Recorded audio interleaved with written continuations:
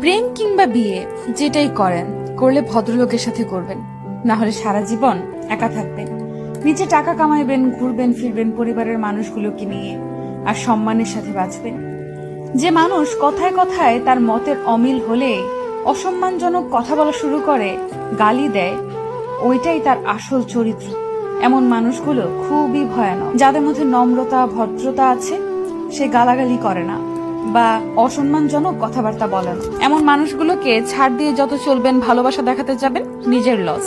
এরা আপনাকে মানসিক রোগী বানানো ছাড়া কিছুই দিতে পারবে না। এমন সম্পর্ক থেকে যত তাড়াতাড়ি সম্ভব বের হয়ে আসা উচিত। কেউ কারো জন্য মরে না। জীবন নষ্ট করার জন্য একজন অযোগ্য লোককে নিজের জীবনে জায়গা দেওয়াই যথেষ্ট।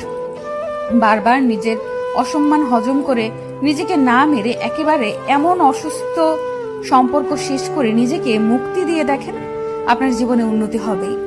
একজন সাপোর্টিভ সঙ্গী পাওয়া ভাগ্যের ব্যাপার। যে মানুষের মাঝে ভদ্রতা আছে, তারা তাদের দায়িত্ববোধ সম্পর্কে জানে। তারা অন্যের জীবন নিজের নিয়ন্ত্রণে আনার জন্য মরিয়া হয় না। আমি আমার পরিচিত এমন অনেক মানুষ চিনি যারা জীবনে অনেক ভালো কিছু করতে পারত, কিন্তু তাদের জীবন নষ্ট করে দিয়েছে তাদের জীবন সঙ্গী। আবার এমন অনেক মানুষ দেখেছি যারা জেনে শুনে ভুল মানুষের প্রতি ইমোশনাল হয়ে নিজের ক্ষতি ডেকে আনছে। ভালোবাসলে আগে নিজেকে ভালোবাসা উচিত, এরপর অন্য কেউ। ভালোবাসা যদি ভালো থাকাই কেড়ে নেয়, এমন ভালোবাসা দিয়ে কি করবেন?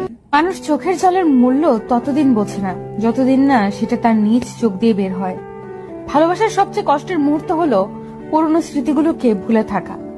এই কেমন কষ্ট! না কাউকে দেখানো যায়, না কাউকে বলা যায়, না শুয়ে থাকা যায়, না ভুলে থাকা যায়, না ফেলে দেওয়া যায়।